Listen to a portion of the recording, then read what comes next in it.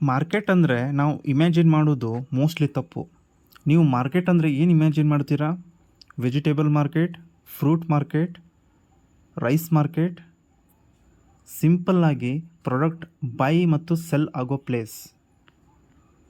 ಆದರೆ share market totally different.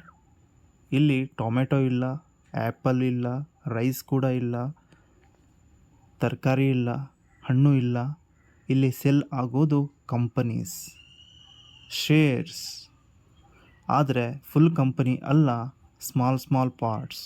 ಆ ಪಾರ್ಟ್ಸ್ಗೆ ನಾವು ಒಂದು ನೇಮ್ ಕೊಡ್ತೀವಿ, ಶೇರ್ಸ್. ಒಂದು ಶೇರ್ ಅಂದರೆ ಕಂಪನಿಯ ಒಂದು ಸ್ಮಾಲ್ ಪೀಸ್. ಅಂದರೆ ನೀವು ಕಂಪನಿಯಲ್ಲಿ ಒಂದು ಪಾರ್ಟ್ ಓನ್ ಮಾಡ್ತೀರಾ ಅಂತ. ಇಲ್ಲಿ ನೀವು ಕಸ್ಟಮರ್ ಅಲ್ಲ, ಓನರ್ ಆಗ್ತೀರಾ. ಸಿಂಪಲ್ಲಾಗಿ ಹೇಳಬೇಕೆಂದ್ರೆ share market ownership market place.